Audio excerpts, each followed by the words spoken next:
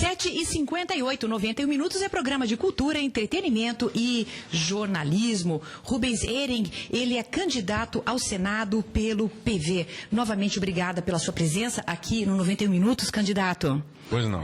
Bom, a minha pergunta sobre ambientalismo é quase sempre a mesma. A gente sabe que o PV tem essa grande bandeira e eu faço essa pergunta a praticamente todas as pessoas que vêm aqui falar sobre o tema. Desenvolvimento sustentável. Existe isso? O que a gente pode dizer que é desenvolvimento? Porque a gente tem uma economia neoliberal que produz, e a gente sabe que tem que consumir. Se produz e não consome, acontece como na crise de 29, certo? Se só consome e não produz, nós temos uma crise de consumo. Tudo bem. Isso seria o nosso modelo atual. Bastante discutível, por sinal, mas está aí. Sustentabilidade diz respeito à preservação. Perfeito. Pronto. Lancei a confusão aí para o senhor. Ok. O conceito de desenvolvimento sustentável, Maria, é uma utopia. E a Mariana Silva costuma dizer, mas é uma utopia realizável. Né? E essa é a nossa grande bandeira, essa é a nossa grande causa pela qual nós verdes lutamos, ou seja, pela realização da utopia do desenvolvimento sustentável. Eu acho fantástico isso, porque o lamentável no contexto político brasileiro e também mundial, de parte das agremiações políticas, é justamente a ausência de causa, a ausência de utopias, a ausência de programas, a falta de objetivos, o que torna a política uma coisa extremamente pragmática. Né? Nós do Partido Verde ainda temos ideologia, ainda temos conteúdo programático no partido, tanto assim que, se você observar de todos os candidatos, os que mais falam, os que mais fazem alusão à política partidária somos nós os verdes. Os demais escondem seus partidos por uma série de razões, por histórias recentes, escândalos, corrupção, exatamente a ausência de objetivos e de bandeiras. Eles não falam em partidos. Os partidos geralmente têm coerência no seu nascimento e depois eles passam a ser incoerentes pelas suas coligações e pela sua história. Será que essa coerência do PV não é devido à sua pouca idade ainda? Olha, o PV não tem pouca idade. Não tem pouca idade. O movimento verde é um movimento mundial, inclusive as centenas de partidos verdes distribuídas nos diversos países se congregam mundialmente numa federação chamada Global Greens. O Global Greens tem um conjunto de princípios que são consagrados num documento maravilhoso que mereceria ser lido por todos aqueles que ainda têm ideais, que chama-se a Carta Verde da Terra. É um documento que quando... Tem uma coerência, então, já com um movimento maior. Nós temos uma coerência mundial. Então, o PV não é um partido só brasileiro, ele é um partido nacional, mas que tem uma vinculação ideológica com a causa mundial. Mundial, certo. A causa planetária. Né? E o movimento verde surge na Austrália, na Tasmânia, na Austrália, na década de 70, na medida que alguns habitantes de um lugarejo que estava sendo poluído por uma planta industrial chegaram à conclusão de que eles só teriam chance do êxito na sua luta ecológica e preservacionista se eles tivessem ou realizassem atividades políticas. Não adianta se acorrentar em árvores. As coisas se decidem e se fazem através do caminho político. Por isso, o Partido Verde não é uma ONG, nós não nos acorrentamos em árvores para salvar florestas, porque nós entendemos que as florestas só serão salvas pela via política e pela governabilidade sustentável. 8h12, nós temos a presença de Rubens Hering, que é candidato ao PV, pelo PV, digo eu, ao Senado. E nós temos uma pergunta de um ouvinte que não se identifica. O que o PV tem a dizer sobre a inclusão de carros com combustível alternativo? O que fazer para isso acontecer? Eu acho que esse é um dos maiores desafios da humanidade no século XXI, né? Fazer prevalecer as energias limpas em relação às energias sujas e poluentes que hoje prevalecem, e tendo o petróleo e o carvão como seus grandes ícones, né? A introdução da energia alternativa para a locomoção de veículos é vista por nós positivamente, não só porque é uma forma de energia limpa, mas é fundamental porque o planeta não suporta mais o grau de poluição que lhe é imposto pela descarga de veículos, né? A indústria automobilística mundial despeja todo ano no mercado milhões e milhões de carros novos. A ampliação da frota na base do consumo de petróleo não é possível. O planeta não suportará isso. Se a China tiver tantos carros quanto os Estados Unidos e tende a tê-los, a vida será insuportável por aqui. Quais matrizes energéticas o Partido Verde defenderia se o senhor estivesse no Senado? São várias.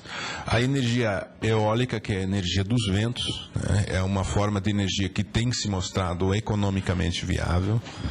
A energia solar, né, são as duas formas de energias naturais, absolutamente limpas, né, e economicamente viáveis. A energia hidroelétrica é, enquanto gerada, uma energia limpa.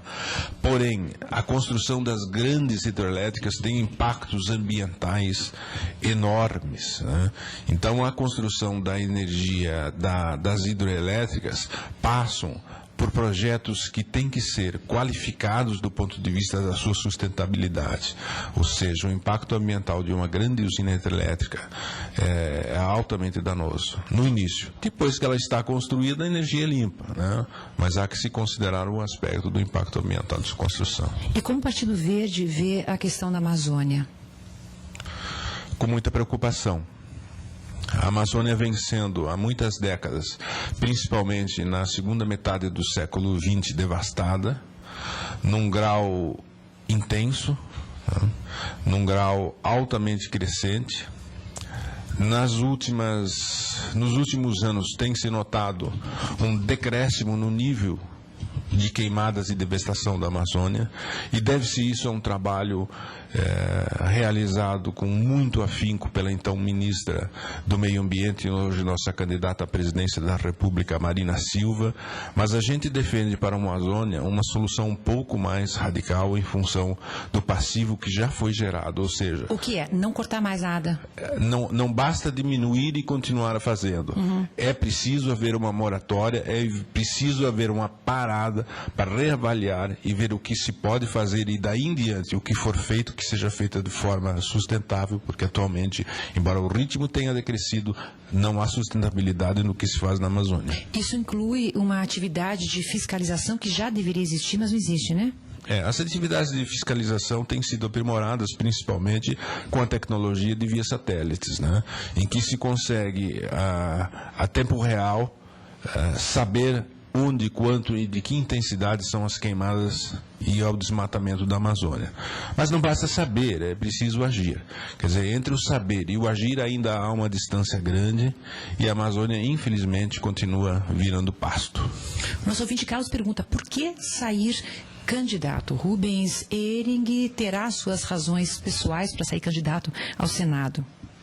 Sim, as tenho. Eu diria que é, em princípio, por idealismo. Nós não temos o nosso projeto não é o desta eleição e talvez não seja nem o da próxima. O nosso projeto é um projeto de longo prazo. Nós queremos construir um partido político diferente dos que estão aí na sociedade hoje. A nossa causa é uma causa utópica, é uma causa bonita e é principalmente a prioridade planetária, porque ou a espécie humana encontra caminhos de se desenvolver, de crescer, preservando o meio ambiente para que nós consigamos viver nesse planeta com água limpa e com ar limpo para respirar, ou então não valerá a pena viver por aqui.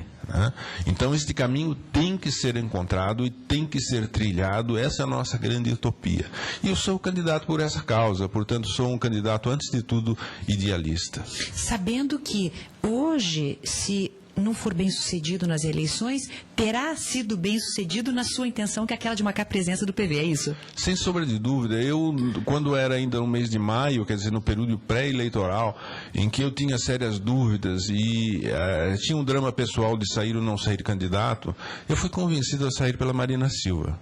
Numa conversa que tive, ela me disse, olha, Rubens, você tem uma missão a cumprir. Faça isso. Se você pensa assim, se você é portador desse idealismo, você tem que fazer. Faça-o e você sairá do processo, não importa com quantos votos, você sairá do processo feliz e extremamente realizado pessoalmente. Como é que o senhor conheceu a Marina? Eu conheci a Marina via Partido Verde. Eu a conheci depois dela haver ingressado no partido. E conhecia em um evento político aqui em Curitiba, quando pela primeira vez ela visitou a sede do partido, e aí tivemos a oportunidade de conhecer-nos pessoalmente. Me conta uma coisa, no seu histórico pessoal consta que o senhor é graduado em economia. Exerce essa profissão? Sim. Não a exerço literalmente, né? Mas na medida em que as atividades profissionais que sempre tive ao longo da minha vida, seja na área de seguros e previdência, seja na ouvidoria da Paraná Previdência nos últimos 3 anos, e seja em consultoria financeira que faço presentemente como profissional liberal, a matéria econômica está sempre presente na minha vida. Você é consultor de previdência? Atualmente sou consultor financeiro, o que pode incluir previdência. Certo. Então, vamos falar um pouco sobre a imprevidência do brasileiro e a nossa previdência social. O atual modelo, dizem os críticos, ele não vai se sustentar daqui a 2 décadas, quando teremos mais idosos do que pessoas que são as contribuintes de toda aquela cadeia. O senhor pensa assim? Eu penso assim, Maria.